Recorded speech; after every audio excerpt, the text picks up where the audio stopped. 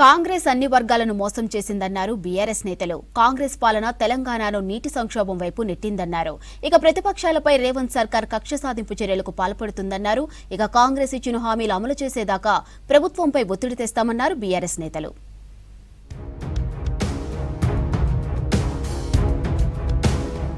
వ్యవసాయ రంగంలో సంతోష మానవాలు చెరిపేసి సమైక్య రాష్ట్రంలో పీడించిన సంక్షోభ మానవాలను తెలంగాణ నేలపై మళ్లీ తెస్తామంటే రైతాంగం సహించదన్నారు బీఆర్ఎస్ వర్కింగ్ ప్రెసిడెంట్ కేటీఆర్. ఆత్మగౌరవంతో బతికే అన్నదాతలపై వరుస దాష్టికాలేంటని ప్రశ్నించారు. నిన్న గేట్ ఎత్తుకెళ్లారు, ఇవాళ స్టార్టర్లు తీసుకెళ్లారు, రేపు పుస్తెల తాళ్లు లాక్కెళ్తారా అని నిలదీశారు. కష్టాల్లో ఉన్న కర్షకులపై కాంగ్రెస్ కి ఇంత కోపమా అంటూ ఎక్స్ వేదికగా ప్రశ్నించారు.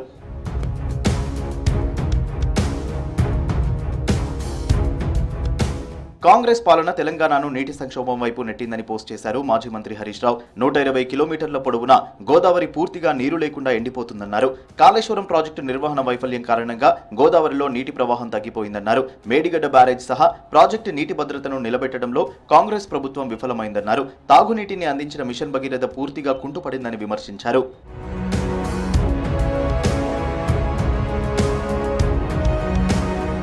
ప్రతిపక్షాలపై కాంగ్రెస్ సర్కార్ కక్ష సాధింపు చర్యలకు పాల్పడుతోందన్నారు ఎమ్మెల్సీ కవిత.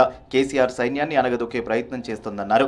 ప్రభుత్వం ఎన్ని కుట్రలు చేసినా బీఆర్ఎస్ ను అణచివేయలేదన్నారు. బీసీలకు విద్య, ఉద్యోగ, రాజకీయ రంగాల్లో 42% మాత్రమే రిజర్వేషన్లు కల్పిస్తామనడం దారుణమన్నారు కవిత.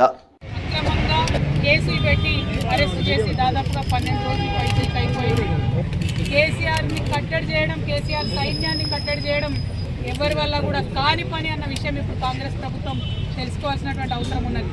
మీరు ఒక్కరిని, ఇద్దరిని, ముగ్గురిని జైళ్లలో పెట్టచ్చు, కానీ మీ వైఫల్యాల్ని ప్రశ్నించకుండా మాత్రం మమ్మల్ని ఆపలేదు.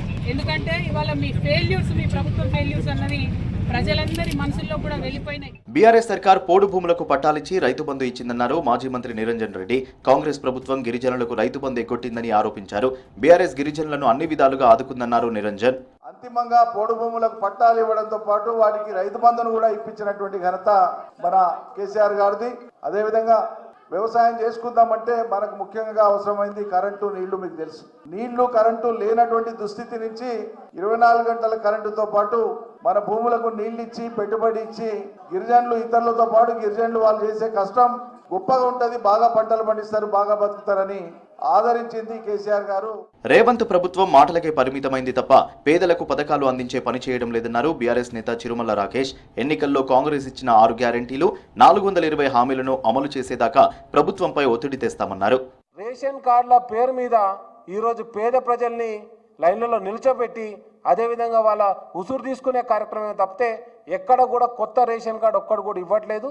కాబట్టి ఇది కంప్లీట్గా తెలంగాణ ప్రజల్ని మోసపెట్టే కార్యక్రమం, గోసబుచ్చుకునే కార్యక్రమం నడుస్తుంది. కాబట్టి దయచేసి ప్రజలందరూ దీన్ని గమనిస్తుర్రు. గతంలో ఏ విధంగా ఉండే కేసీఆర్ గారి ప్రభుత్వం ఏ విధంగా ఉండే, ఈరోజు ఏ విధంగా ఉందని చెప్పేసి ప్రతి పల్లెల్లో కూడా కంపారిజన్ కూడా చేసుకుంటున్నారు. త్యాగానికి మారుపేరు సంత్ సేవాలాల్ మహారాజ్ అన్నారు ఎమ్మెల్యే గంగుల కమలాకర్. సేవాలాల్ జీవిత చరిత్ర భావితరాలకు అందించాలన్నారు. సేవాలాల్ జయంతి సందర్భంగా సేవాలాల్ చిత్రపటానికి పూలమాల వేసి నివాళులర్పించారు గంగుల.